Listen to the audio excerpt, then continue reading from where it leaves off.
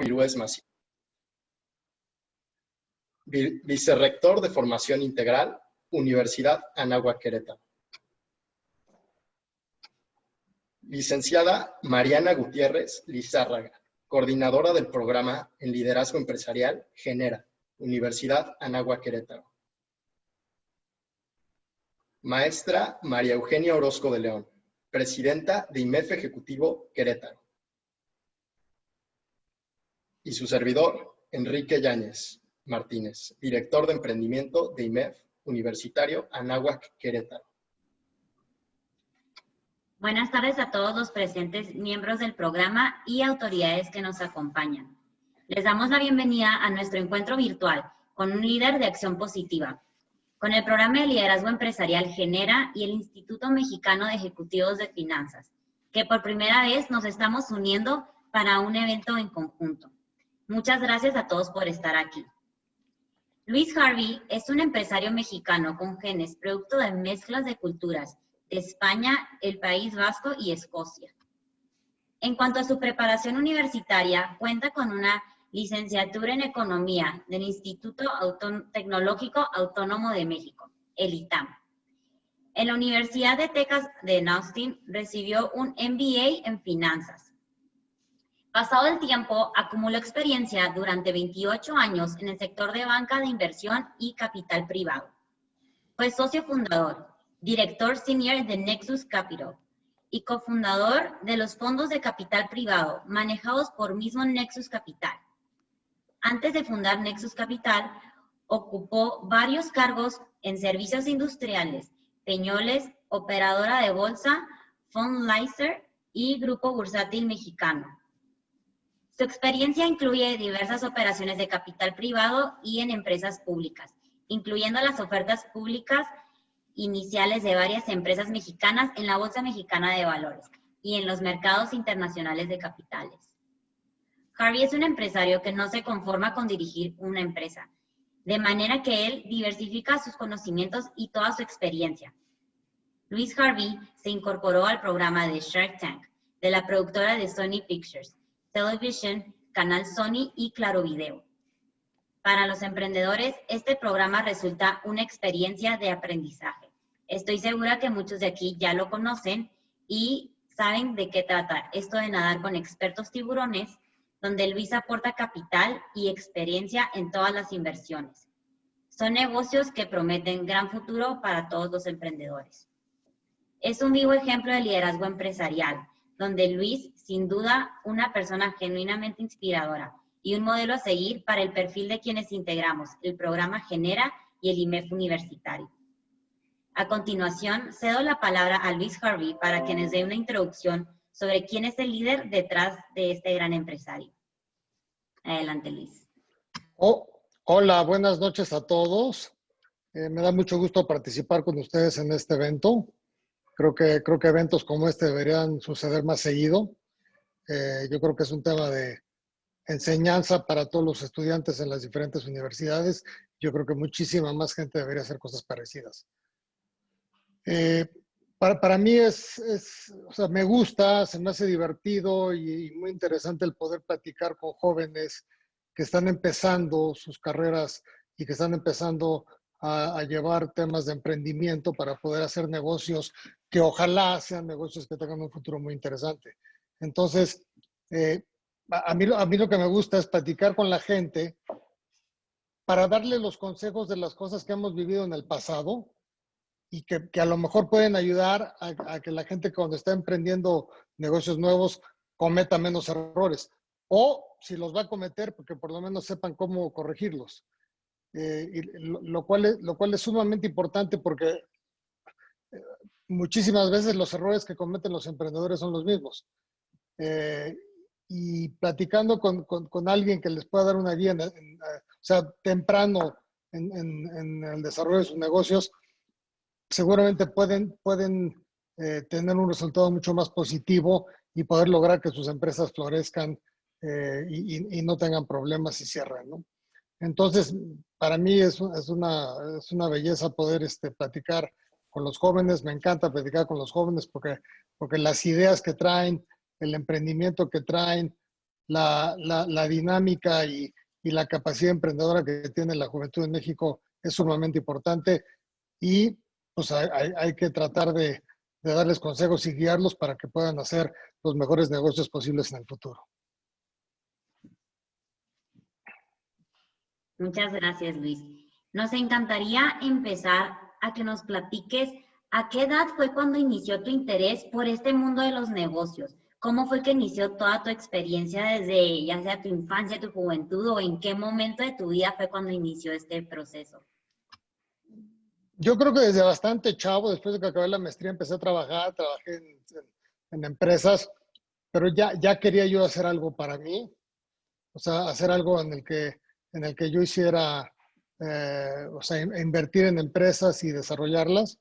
Y poco a poco fuimos echando a andar lo que fue el principio de Nexus Capital, que la verdad empezó en 94, cuando vino la devaluación, o sea, el Tequila Crisis, y que vino la devaluación y todo el mundo pensó que iban a pasar muchos años para que alguien volviera a sacar una empresa a bolsa en México, como había pasado en 1982. Que en 1982 yo había acabado la carrera y estaba a punto de irme a la maestría y vino la devaluación. Pero en 94 fundé Nexus Capital, en realidad lo fundé en 95. Empezamos a trabajar con empresas y la verdad es que para 96 volvimos a sacar la primera empresa, o sea, la siguiente empresa bolsa, ¿no? Que fue Consorcio Ara, una empresa que todo el mundo, mucha gente conoce, que hace casas de interés social. Y pues fue rápido.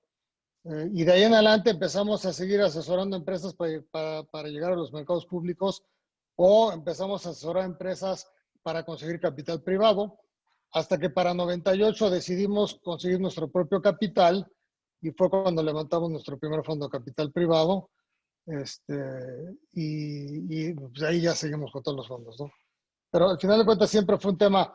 Yo me acuerdo que había un cuate que se llamaba Pedro Pablo, que se llama, porque no vive, se llama Pedro Pablo Kuczynski, que inclusive fue presidente de Perú, que él fue el que hizo el primer fondo de capital privado para Latinoamérica, cuando él trabajaba en un barco de inversión que se llama First Boston, en Nueva York, se salió del banco, hizo el primer fondo de capital privado para toda Latinoamérica y le fue bien una serie de años, después ya no le fue bien, pero luego se convirtió en presidente de Perú y creo que tiene problemas, ¿no? Pero la inspiración para hacer un fondo de capital privado para México, en realidad la idea me la dio lo que hizo Pedro Pablo Kuczynski.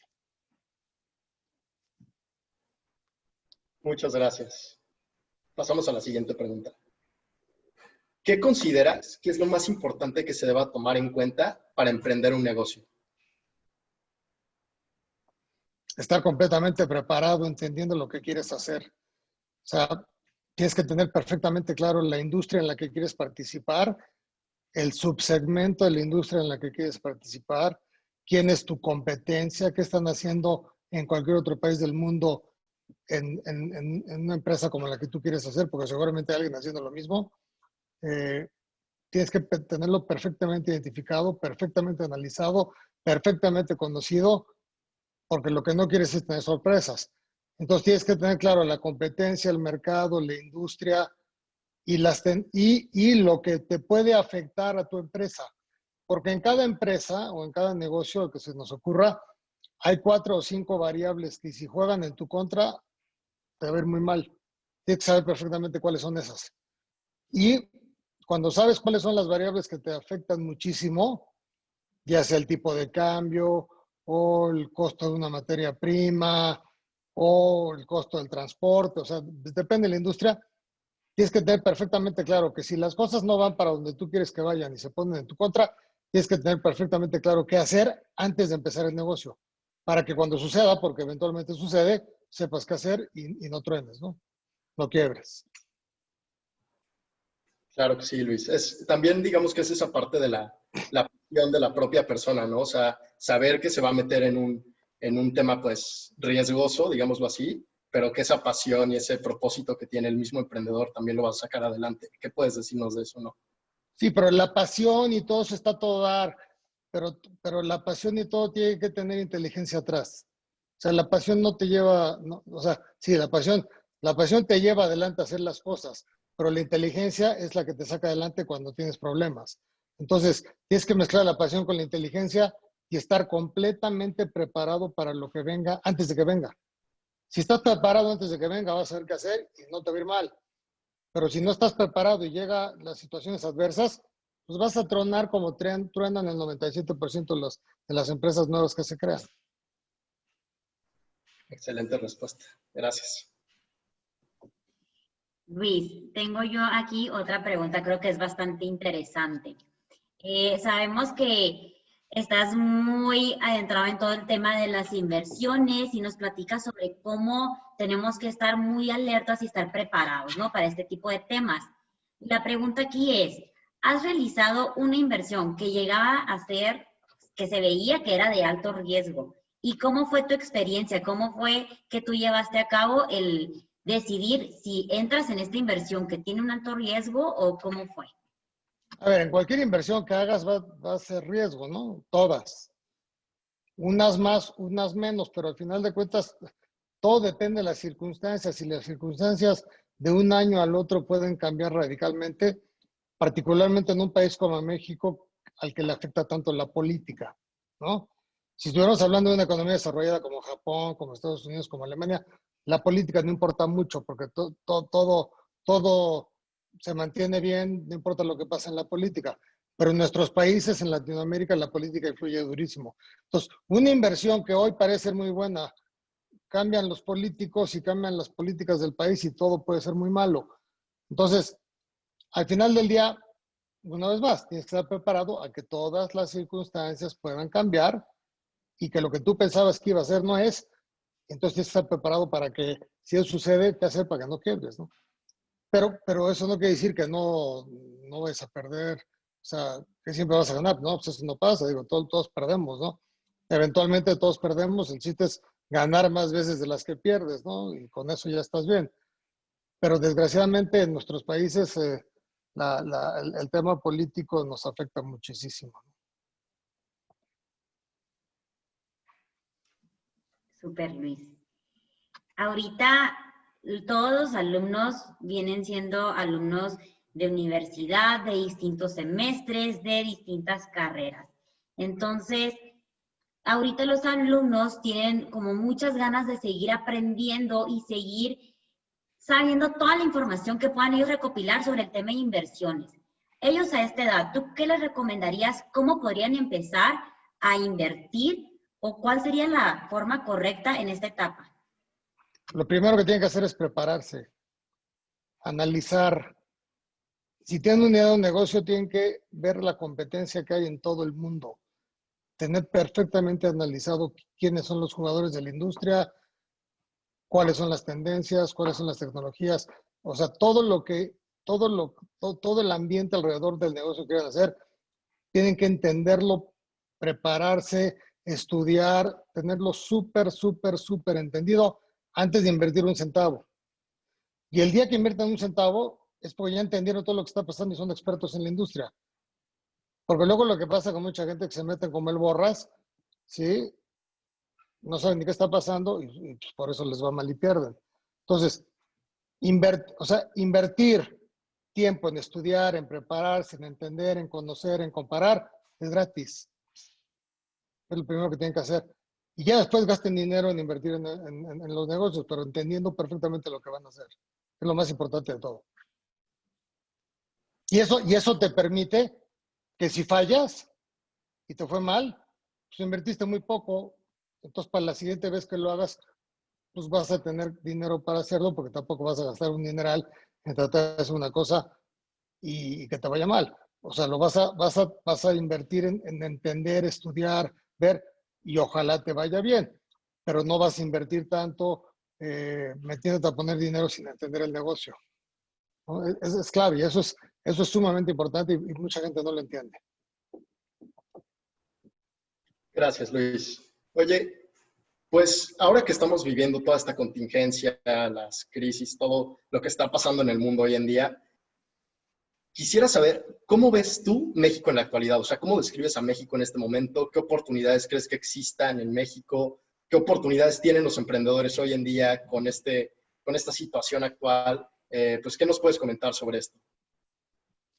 La pandemia va a pasar. Para mediados del año que viene yo espero que ya pasó. La política no. La política nos falta mucho. Entonces, como yo le digo a mucha gente, hay momentos en la vida que no hay que hacer nada. En lo que no cabe la elección de 21, yo no haría nada en México. Esperaba. Porque depende de qué pase con el Congreso en 21, México es un país o es otro país. Y suena muy, muy feo y ni modo, pero pues hay que ser honesto en la vida. Baby, hay que ser honesto en la vida y pues hay veces que uno no tiene que invertir en nada hasta que la política, hasta que sepamos para dónde va la política, ¿no? Es triste, pero pues así es. Gracias, Luis. Entonces, en este momento, ¿consideras que igual en el tema del emprendimiento debemos irnos un poco más a la segura? A menos que tengas un negocio que sea exitosísimo por lo que estés haciendo y que tengas una demanda increíble por tu producto y que lo puedas producir y que no dependas de importaciones porque el tipo de cambio te puede afectar en el futuro. Si no tienes algo que sea sumamente fregón, yo ahorita no esperaba y no sé nada. Perfecto. Y ligado justamente a ese punto, que de hecho es una de las preguntas que tenían aquí nuestros compañeros, era, ¿tú cuáles consideras que son esos negocios que hoy en día en los que tú invertirías y dirías, ahorita tiene la oportunidad, tiene el momentum, puede funcionar, yo sí invertiría en estos negocios? ¿Cuáles son esos negocios de hoy en día o no? A ver, hay negocios que están funcionando muy bien, que es el tema de la logística, el tema de las conexiones online, el tema del autoservicio, o sea, autoservicio no centros comerciales, autoservicio, o sea, esas cosas van a funcionar, pero turismo, centros comerciales, entretenimiento, etcétera, pues no va a funcionar, o sea, eso, en lo que no hay una vacuna o hay un tratamiento que sea razonablemente fácil, que funcione, que sea exitoso, pues esos negocios no van a funcionar. O sea, y si los van a echar a andar, los van a echar a andar de una manera en la que medio van a sobrevivir, si es que sobreviven. Entonces, hay pocos negocios que ahorita van a seguir funcionando, pero lo que es todo lo que es las ventas online, lo que es la logística, el autoservicio va a seguir funcionando, porque la gente tiene que comer, pero pues mucho más, digo, las exportaciones de México, productos agrícolas, todo eso jalan, ¿no? O sea, la manufactura en México va a seguir funcionando, sobre todo con los americanos peleándose con China, pero, digo, son menos campos los que van a funcionar en lo que el mundo vuelve a la normalidad, que va a volver, digo, no sabemos cuándo, pero va a volver.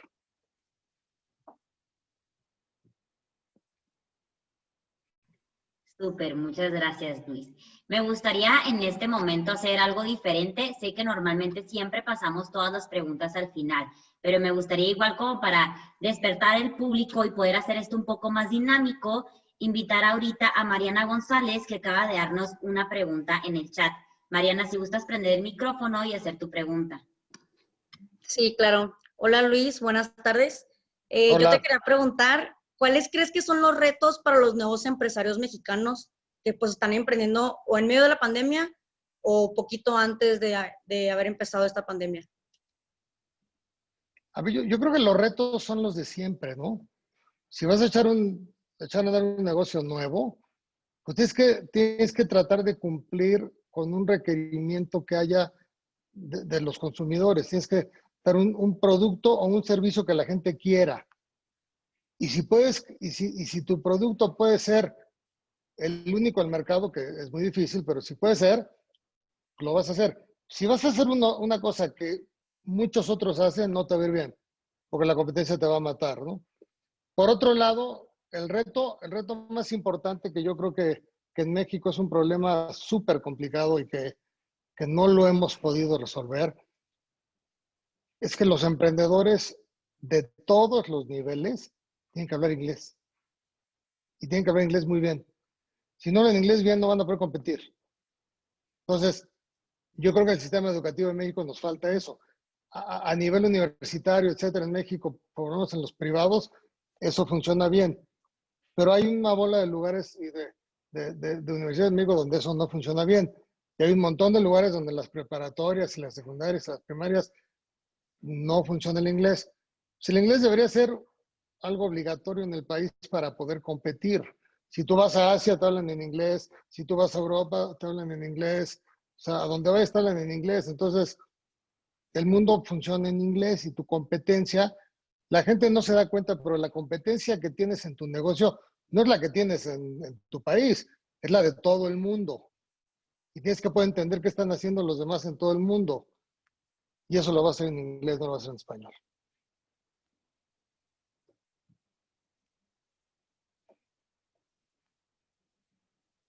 Muchas gracias, Luis.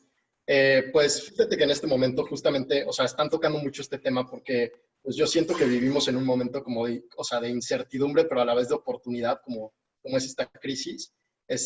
Pues es más de tú como Shark, ¿cómo podrías decirle a los emprendedores que a pesar de lo que estamos pasando se motiven, o sea, que se lancen, pues a pesar de esto lo hagan o pues no sé, algún consejito por ahí en este Es sentido? que el mejor consejo que les puedo dar es ahorita, en lo que la situación no se define, en lo que la pandemia no se resuelve y en lo que la economía está o sea, complicada, es el momento perfecto para estudiar.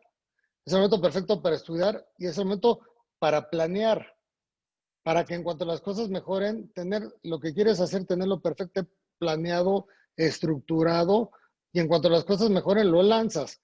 Pero ahorita lanzar un negocio nuevo, yo creo que independientemente de la economía, con la pandemia, pues tienes todo en contra. Entonces hay momentos en que no hay que lanzar nada, hay que esperarse, hay que prepararse, hay que planear, hay que educarse.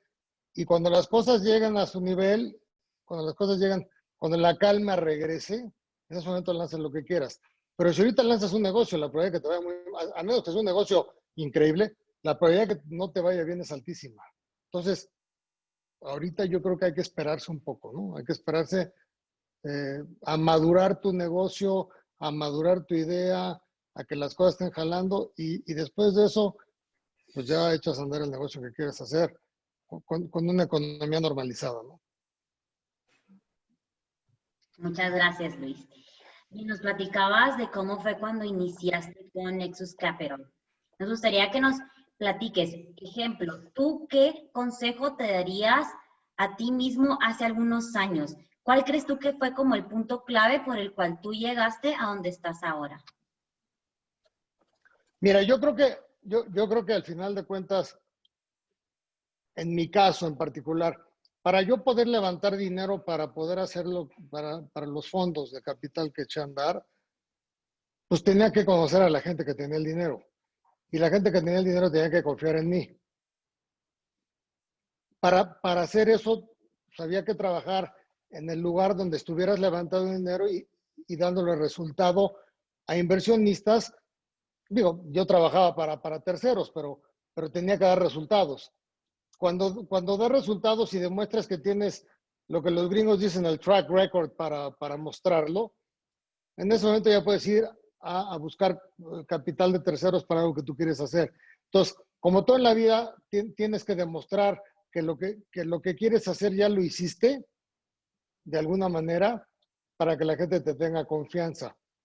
Pero eso es en mi caso. En el caso de una persona que tiene un negocio que va a vender cacahuates, ¿no? Pues mientras sepa producir cacahuates bien y venderlos bien, pues ya lo hizo. O sea, desgraciadamente cada industria y cada negocio es diferente. Entonces, o sea, una receta única no existe. Cada caso es completamente diferente y por lo mismo, pues, cada historia es diferente en la vida y la gente tiene que ir. Pero lo que no es diferente es que tienes que estar preparado. Lo que no es diferente es que tienes que conocer tu industria, tu mercado, tu competencia. Eso lo tienes que conocer en cualquiera de las situaciones. El camino para que te vaya bien puede ser diferente para cada quien. O sea, para cada quien. pero la preparación que tienes que tener para poder lograrlo es la misma para todos. Y es lo que yo le quiero recomendar a la gente. Prepárense, entiendan, estudien, competencia, industria, regulación, o sea, todo eso lo tienen que tener perfectamente claro antes de lanzarse al ruedo a hacer algo.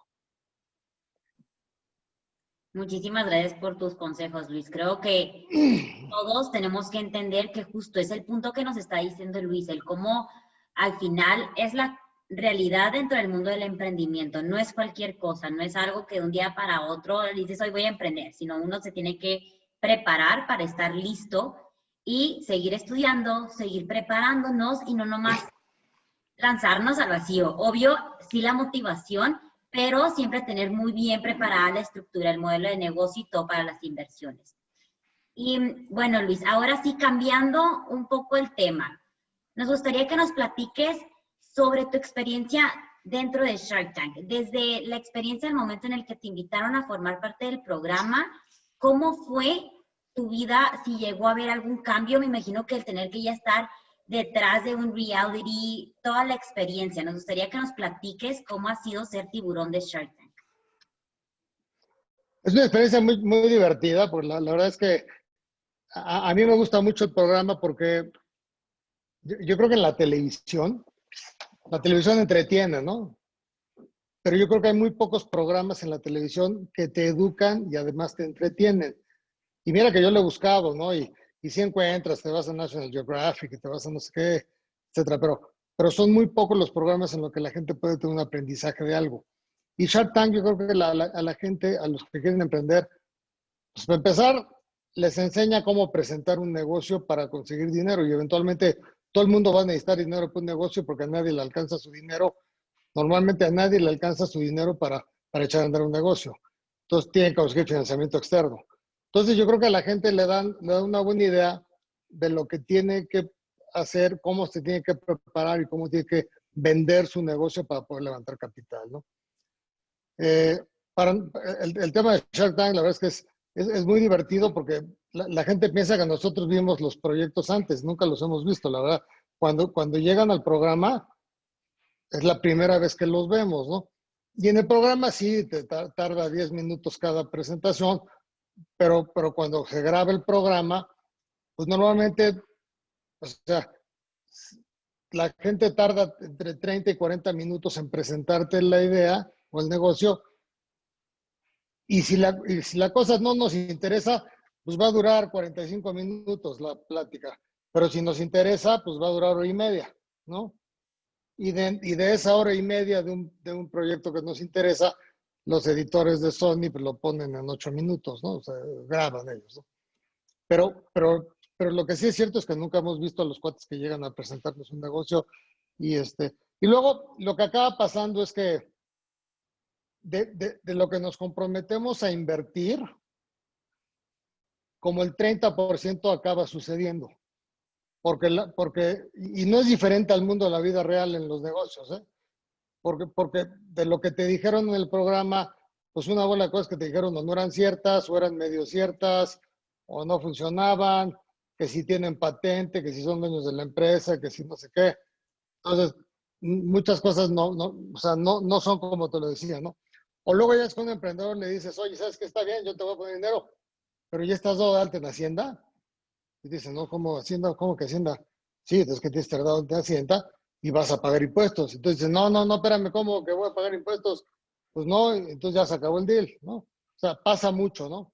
Entonces, como el 30% de los negocios que nos comprometemos a invertir acaban realmente cerrándose. Pero no es muy diferente el mundo de la vida real, ¿eh? Entonces, si fuera el porcentaje diferente de lo que yo vivía cuando hacía operaciones de financiamiento corporativo o llevar empresas a bolsa, diría, oye, pues esto está raro. Pero es muy parecido a lo que pasa cuando tú trabajas en una casa de bolsa o en un banco de inversión. Pues, así es. Como el 30% de lo que trabaja realmente sucede, lo demás no sucede. De aquí está igual, entonces yo creo que es un reflejo razonable de lo que pasa en el mundo de la vida real, ¿no? Pero al final de cuentas yo creo que es un negocio, digo, es un programa que es interesante, es divertido, es educativo, y por eso tiene el rating que tiene, ¿no? La verdad, ¿no? Sí, creo yo que lo has dicho, o sea, es un programa que no nomás es entretenimiento, pero aquí lo padre es que aprendes. Yo en lo particular, y creo que mis alumnos lo dominan, soy la más fan de Shark Tank desde hace años y creo yo que es un tema que me motiva mucho el conocer el behind the scenes, o sea, justo lo que tú nos acabas de comentar, el cómo nosotros podemos ver 8 minutos, pero la negociación es mucho más larga, el que muchas veces sí se cierran los tratos, pero a la hora de que ya vamos a empezar a arrancar, hay trabas. Nos gustaría, a ver, que nos platiques. ¿Algún proyecto que tú te acuerdes de algún pitch que digas, este ha sido uno de mis favoritos, el que más me motivó y que llegué a invertirle? Mira, hubo uno que ya ni me acuerdo el nombre, de un cuate que tenía un traductor, o sea, que tú le hablabas y te traducía, ¿no? Era buenísimo el proyecto. La verdad es que el cuate lo único que quería era la publicidad. Yo creo que ya tenía, yo creo que ya tenía levantado el capital para generar su negocio, pero él solamente quería y era un cuate que vivía en Canadá, un mexicano que vivía en Canadá. Y el cuate lo único que quería era aparecer en el programa para tener publicidad, porque seguramente ya tenía el capital levantado para crecer, ¿no? Luego hubo varios que hacían mucho sentido. Hay unos que de repente los haces por el tema social, generar trabajo. Por ejemplo, uno que se llama Murlota, las granjas de huevos, que todos invertimos, ¿eh? Todos quedamos de invertir y la chava inteligentemente, la que llevaba este negocio en Murlota, digo, no, hombre, ponerme de acuerdo con 5 va a estar dificilísimo. Y la chava de manera muy inteligente dijo, ¿saben qué? Yo quiero a 2. Y dijo, me quedo con Carlos Bremer y con Pati Armendáriz y con ellos 2 me entiendo y se acabó. Y les va muy bien, les va muy, muy bien, ¿eh? Están haciendo granjas, ya hacen huevos y la cosa. Y luego hubo otra serie de negocios que no jalan, ¿no? Otros que invertimos, por ejemplo, yo quise invertir en uno que se llamaba Hamburguesas Memorables, que me encantaba el negocio, pero a la hora de la hora llegamos a ver y el señor tenía 11 tiendas, ¿no? Y cuando vimos, pues no, porque tenía una pareja que le quitó las 9 de las 11 tiendas y le quitó la marca. Entonces, a la hora que queríamos echar a andar el negocio, pues no había ni marca y no había ni tiendas y pues ya no hicimos nada, ¿no? O sea, pues pasa, eso sucede mucho, ¿no? Más los otros cuates que no quieren pagar impuestos, que llegan, están en el programa, etcétera. Oye, y tienen publicidad y entiendo que es un objetivo de mucha gente, que la gente los conozca y hacen bien, ¿no? A lo mejor ni capital necesita, pero quieren la publicidad, ¿no?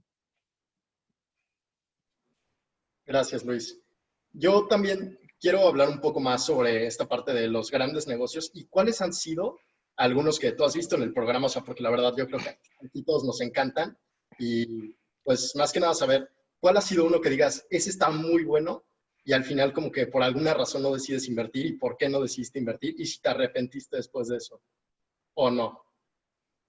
No, sí ha habido, pero esos negocios donde dices, oye, está bien padre el negocio y todo, no le voy a invertir, no es de que te arrepientas, porque normalmente esos negocios que son muy buenos que llegaron al programa y por alguna razón no salió por evaluación o por... Normalmente es por la evaluación, ¿no? Que te ponen un valor muy alto.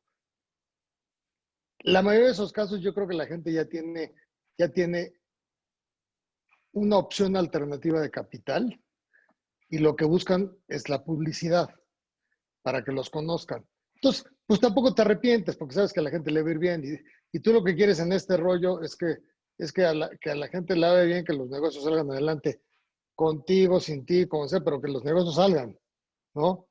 Este, y, y afortunadamente los que son buenos negocios, hay que ser bien honestos, cuando hay un buen negocio, siempre va a conseguir capital, ¿sí? O sea, un buen negocio siempre va a conseguir capital. Se podrá tardar un poquito más, un poquito menos, pero siempre va a poder obtener capital. Un mal negocio, pues nunca va a poder, ¿no? Y hay gente que le dices, oye, ¿sabes qué? Pues ¿para qué trajiste este negocio? Mejor dedícate a otra cosa, y se los decimos también, ¿no? En el programa. Eh, pero los negocios que son buenos, siempre van a levantar el capital de una manera o de otra. Buenísimo, muchas gracias, Luis.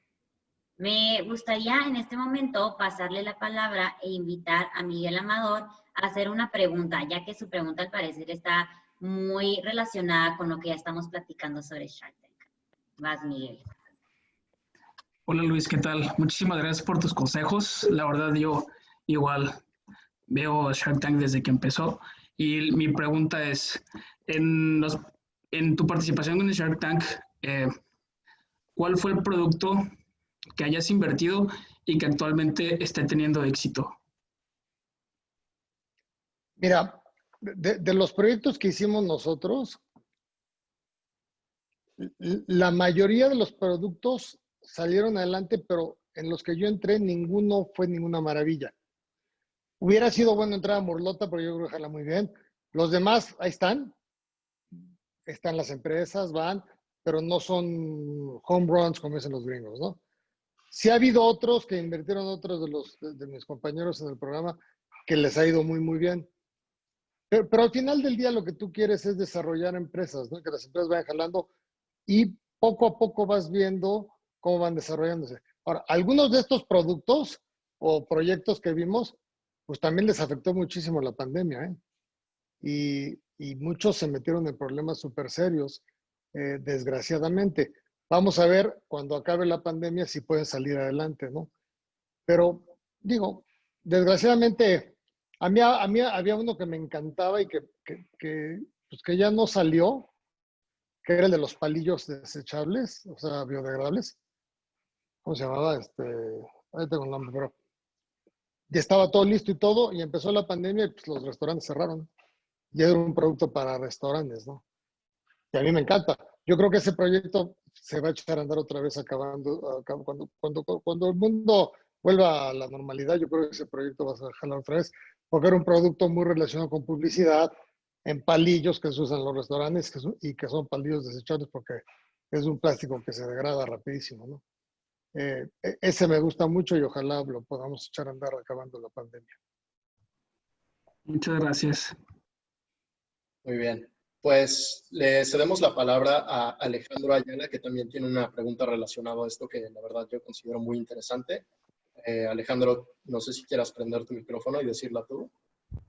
Hola Luis, buenas tardes.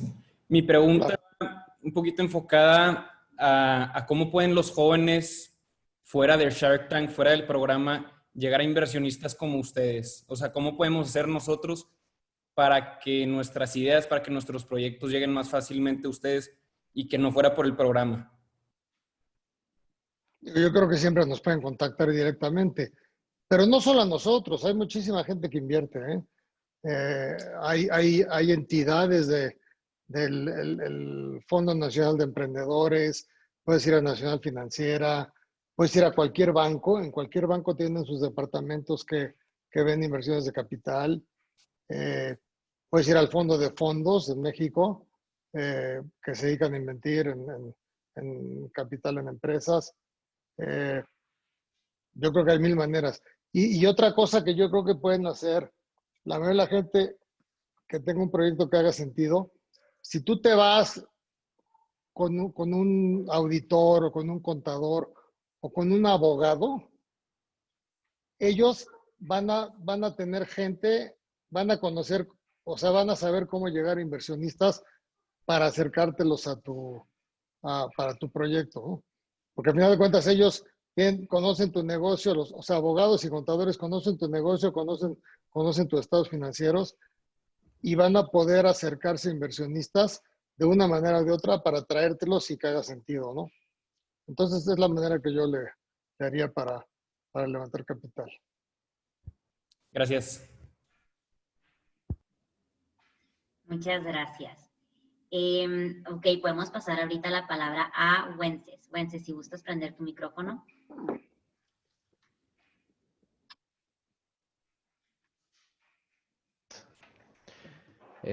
Bueno, creo que uno de los puntos más importantes que debe de saber un comerciante es cómo resolver las controversias. Y quiero preguntarle que dentro de sus experiencias de negocios nacionales o internacionales, ¿qué métodos de resolución de controversias optaría? ¿Si por los tradicionales o ya sea un arbitraje, una mediación, y en qué casos.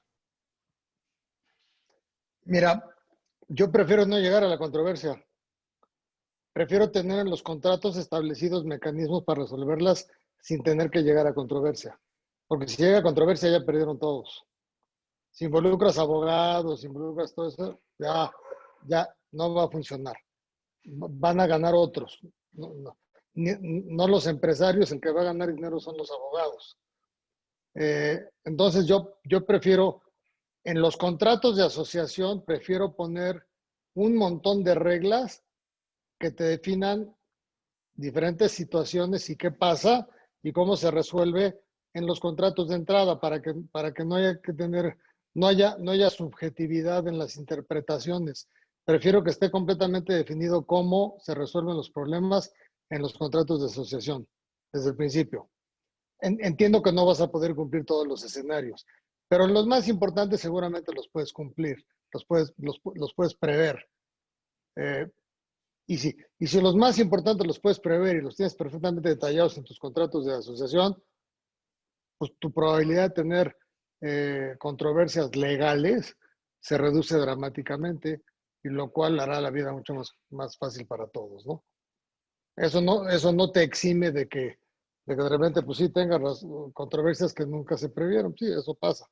Pero por lo menos vas a reducir la probabilidad del número de casos en los que tengas que llegar a arbitrajes y cosas de ese tipo, que la verdad son bastante complicados, son bastante ineficientes, y los que ganan son los abogados. Muchas gracias. Gracias. En este momento vamos a ceder la palabra a Fernanda García. Yo creo que probablemente ya va a ser una de las últimas preguntas por el tiempo. María, ¿puedes prender tu micrófono? Hola Luis, muy buenas noches. Muchas gracias por la plática.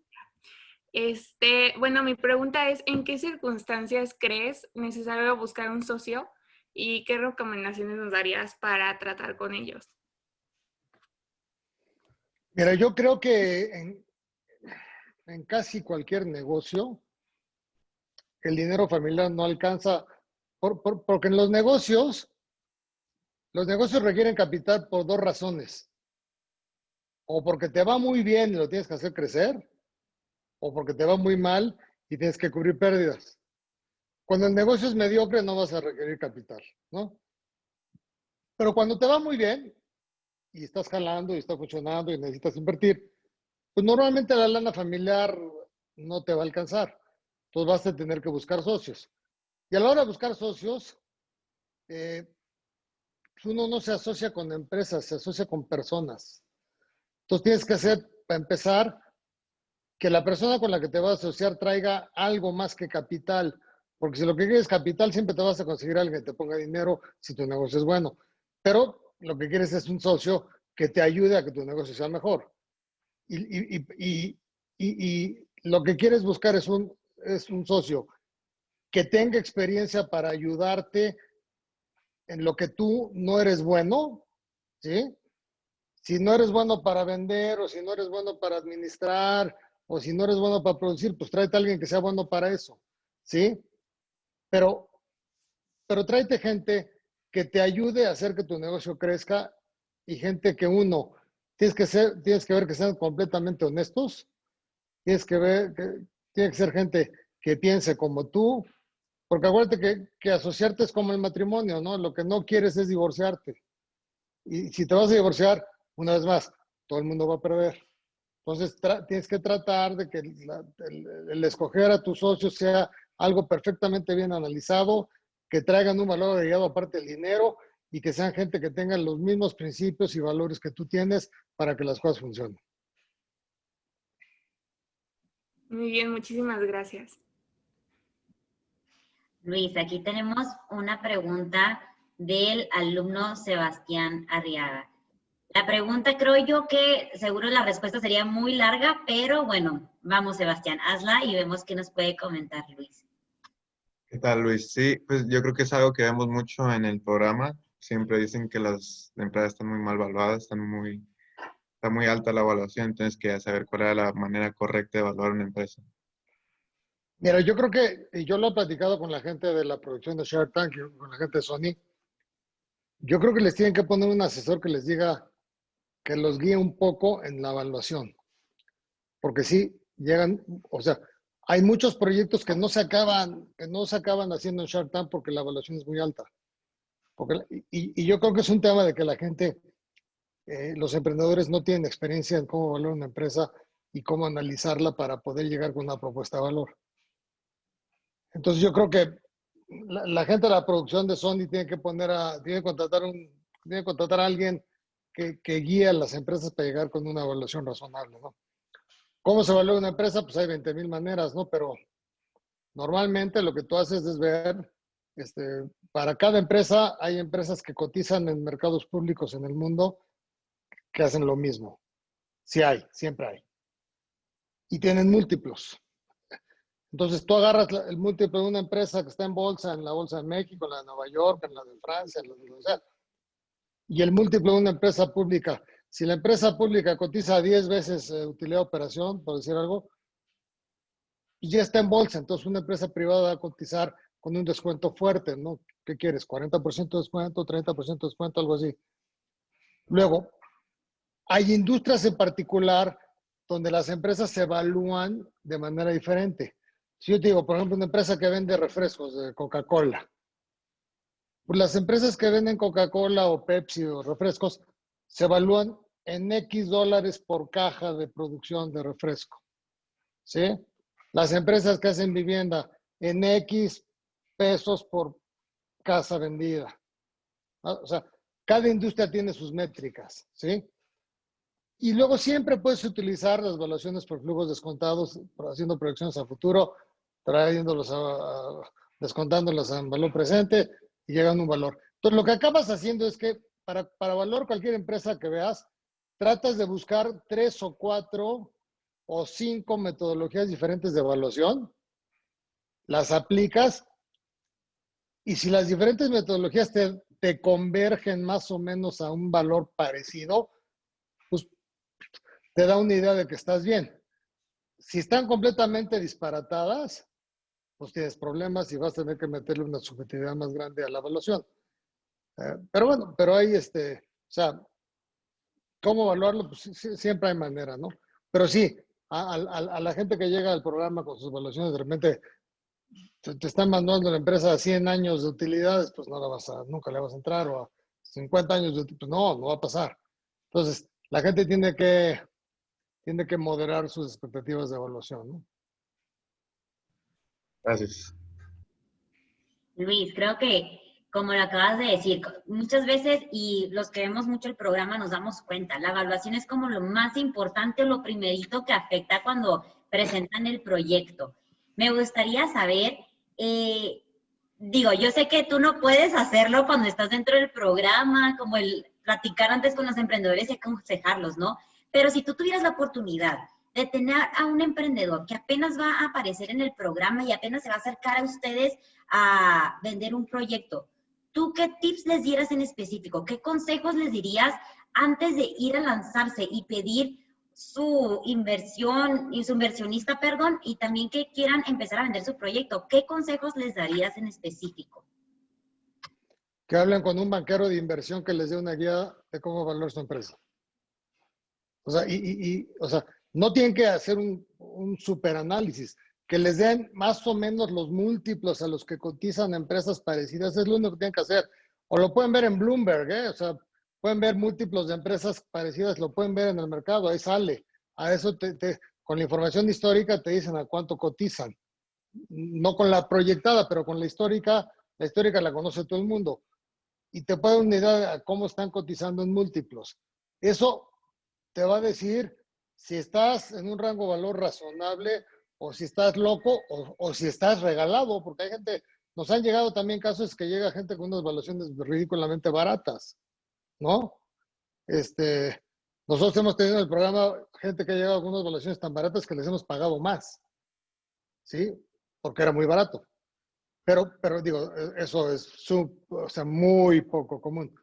Normalmente llegan con evaluaciones muy altas y la gente, no es tan difícil llegar y analizar, o sea, pero siempre puedes conseguirte un banquero de inversión, un ejecutivo de finanzas corporativas de una casa de bolsa que te diga, oye, más o menos cuánto crees que vale mi empresa para ubicarse antes de llegar al programa. Y si pueden contratar un banquero de inversión, o sea, que no tienen que contratar a Merrill Lynch o no tienen que contratar a Acciones y Valores, o sea, pueden contratar a alguien caserito que les diga más o menos por dónde. Yo creo que les ayudará mucho porque hay muchas transacciones en el programa que no se han hecho porque las evaluaciones, en cuanto dicen la evaluación, a todos nosotros se nos quita el interés porque sabemos que nunca vamos a llegar y se acabó, ¿no? En cuanto te dicen, oye, ¿sabes? Este es el valor, este es nuestro, usted te estás haciendo pipí fuera de la vacinica, o sea, no manches, o sea, estás mal. Entonces, y eso son proyectos que se pudieron haber hecho si hubieran tenido la evaluación adecuada. Muchas gracias, Luis. Bueno, ya se nos está acercando la hora para el cierre, ya vamos a cumplir la hora aquí en la sesión, pero me gustaría cerrar con una última pregunta. Quisiéramos saber qué consejo le darías tú ahorita a los universitarios. ¿Qué consejo a ti te hubiera gustado que te dieran en tu etapa universitaria que te gustaría compartir el día de hoy con todos los presentes? Yo creo que el mundo de cuando yo fui a la escuela, que ya fue hace mucho, es completamente diferente al de hoy, ¿eh? Yo creo que los chavos de hoy tienen tienen un acceso a información, tienen la capacidad de conocer una cantidad de cosas que en mi época no existía. Entonces, precisamente por eso, tienen todas las capacidades posibles para ver lo que está pasando en México y en todo el mundo. Inclusive para echar a andar negocios nuevos. Pónganse a ver qué está pasando en el mundo, no en México, qué negocios se están echando a andar, quién está haciendo cosas interesantes, divertidas, qué industrias son las que están ganando con la pandemia, con no la pandemia. O sea, quiénes van para adelante y quiénes no. Y viendo toda la información disponible, yo creo que tienen la capacidad de echar a andar negocios que hace años nunca hubiéramos tenido la información para poderlo hacer. Entonces, están en un mundo en el que la información la tienen en los dedos de la mano si la quieren tener. Pues tienen que estudiar, tienen que analizar y van a haber oportunidades de cosas súper interesantes, ¿no? Oye, que vieron no sé qué cosa en Taiwán que jala, pues que hay que traerlo a México. O que algo de México lo quieren llevar a Asia o a Europa o a África. Pues véanlo y van a tener oportunidad de hacer cosas diferentes porque tienen la información a sus pies. Aprovechenla que en el pasado nosotros no la tuvimos. Muchas gracias, Luis. Mencionas mucho lo del estar en una constante aprendizaje. Ahora sí, ya sé que ya había dicho que era la última, pero hay una pregunta que me encanta hacerle a todos los empresarios. ¿Cuál es tu libro favorito que tú recomendarías? Me gusta saber cuál es el que a ellos les ha impactado más para irla teniendo en mi lista de libros. A mí hay dos que me gustan. Uno que se llama Investing de Warren Buffett, que es de los primeros que hizo. Y el otro es el de Jorge Pablo Lehmann, ¿cómo se llama? Think Big. Jorge Pablo Lehmann es un cuate, un brasileño que cuando tenía 60 años se echó a andar un fondo de capital de riesgo que se llama 3G, y se llama Think Big. Y es interesante porque un cuate a los 60 años se echa a andar un fondo que es exitosísimo. O sea, no lo echó a andar a los 30, lo echó a andar a los 60. Entonces, te da la perspectiva de que nunca es tarde para poder echar a andar cosas nuevas, ¿no? Entonces, son dos libros que a mí me encantan. Ya hay otros muchos, pero por lo pronto estos dos son buenos. Muchísimas gracias, Luis. Pues bueno, yo creo que ya se llegó el final, nos hubiera encantado, creo que por mí fuera me quedo toda la noche platicando, pero pues bueno, se llegó el cierre. Entonces, a continuación, voy a enseñar aquí lo que viene siendo un agradecimiento por parte de nuestra universidad. Discúlpame, se me acaba de cerrar. Y listo. Por parte de la Universidad Anáhuac, y el IMEF Universitario, queremos agradecerte por tu valiosa participación y aportación a esta conferencia y encuentro con nosotros. Te agradecemos bastante por este testimonio muy enriquecedor. Fue un honor para nosotros haber tenido este espacio privado donde podamos platicar contigo, que nos platiques toda una conversación muy amena y sobre todo el haber conocido el líder detrás de Luis. Muchísimas gracias. Muchísimas. No, hombre, muchas gracias a ustedes, por favor. Nada más, vamos a tomar unos screenshots para guardar evidencia de esta ponencia, así que por favor, sonrían. Para que todos sonrían con la fotografía de la nueva normalidad. Así es. A ver, ahí va. Ahí va una. Son 3, ¿eh? Ahí va la otra. Y listo. Pues bueno, muchísimas gracias, Luis, de mi parte. Gracias a ustedes.